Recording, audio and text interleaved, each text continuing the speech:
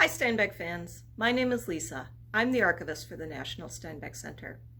These videos are an ongoing experiment for the museum, and in the spirit of experimentation, I'll be trying something new with this series. Each week, a brand new video will be going out to our museum members, who support us with their yearly dues. And this lets all of you members out there have a first look at the week's video before it goes on our YouTube channel for our general audience. Another difference will be that these member videos will be longer. If the special material will be edited out before it goes to YouTube.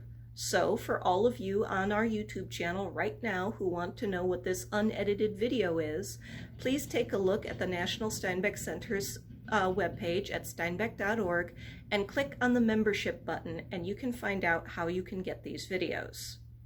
Now, on with the show. As I said last week, this is a whole new series for you called Steinbeck's PHALANX, which will be exploring the one-on-one relationships of Steinbeck and the people in his life. So, if you want to know why it's called Steinbeck's PHALANX, take a look at our introduction video where I explain it in fuller detail. This week, I've chosen to focus on Pascal Covici, Steinbeck's longtime editor and friend. Steinbeck said that about Kovichi that he was, quote, father, mother, teacher, personal devil, and personal God. For 30 years, Pat was my collaborator and my conscience, end quote. So authors and editors obviously have one goal, for the most part, to put out great books in the world. However, they go about it in very, very different ways. Sometimes these ways come into conflict with one another. But Steinbeck and Kovichi's relationship shows how productive and mutually satisfying the author-editor relationship can be. Pascal Covici was born November 4th, 1885 in Romania to a Jewish family. When Pascal, who went by Pat, was 12, his family immigrated to Chicago.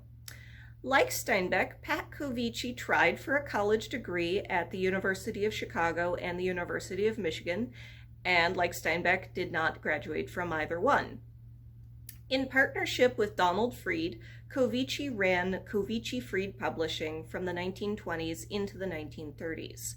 And it was in 1934 when a friend and bookstore owner of Kovichi's told him to read The Pastures of Heaven, which had sat on the shelves languishing and were being remaindered.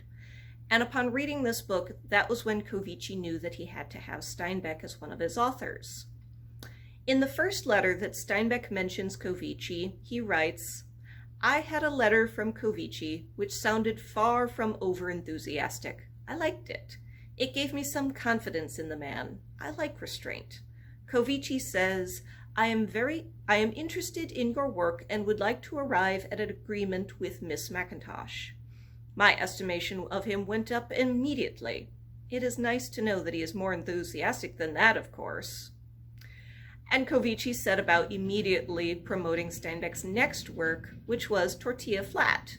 Coincidentally, or maybe not, this was Steinbeck's first commercial success, as well as and Kovichi went about acquiring the rights to Steinbeck's previous works to be reissued under the Kovichi Freed name. However, as Pat Kovichi's son said about him, my father was probably the world's worst businessman. It was not just Freed who was giving away money during those years. My father did too. But they, both of them gave out vast royalties in hoping for excellent manuscripts in return. They were often disappointed, but often delighted. I think he was secretly glad to go to Viking, where he didn't have to concern himself about such matters. And so Kovichi's time as an independent publisher came to an abrupt end when some of the massive debts were being called in. And due to the dissolution of Kovichi Freed, about the first 10 years worth of letters between Steinbeck and Kovichi are just lost. There's 31 letters and notes prior to 1944 that exist, and these early items possibly were stored in a warehouse that were either destroyed or forgotten about when the liquidation came about. So when Kovichi moved to Viking in 1938, he brought Steinbeck with him. And much of When Kovichi moved to Viking in 1938, he brought Steinbeck with him, and much of Kovichi's long-term success at Viking would depend on the next work that his star author brought to them. This work just happened to be The Grapes of Wrath.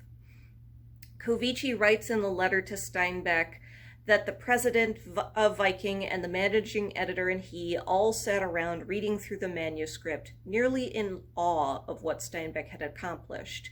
And they were also hesitant to offer any suggestions or changes, though a few did come through in the final work. In response, Steinbeck did push back a little bit against too many changes, and he defended The Grapes of Wrath, saying, "I am not writing a satisfying story. I have done my damnedest to rip a reader's nerves to rags. I don't want him satisfied." And in researching the relationship for this video, the book Steinbeck and Kovichi, The Story of a Friendship by Thomas Fench, it was a very valuable resource. And 2 points from the book stand out to me about the relationship between Kovichi and Steinbeck and why it was so successful. The first is in what Arthur Miller said about Kovichi.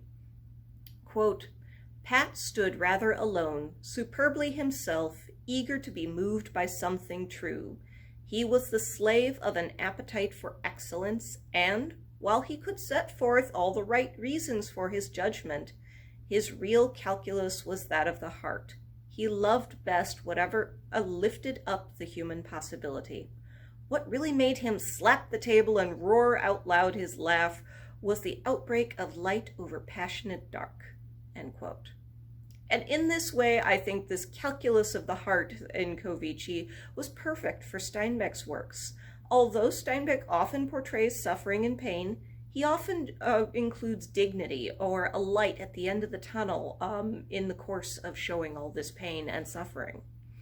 And another factor that Thomas Fench writes about in this book is that as Steinbeck-Kovichi's relationship grew stronger, Kovichi occasionally had to explain Steinbeck's perceptions, needs, and problems in a way Steinbeck himself could understand.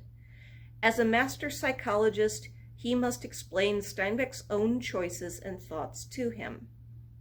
Kovichi's knack for making Steinbeck's own feelings clear to himself may have helped create that space Steinbeck needed to carry out his creative work. And this goes to show about Kovichi's just very caring nature for all of his authors.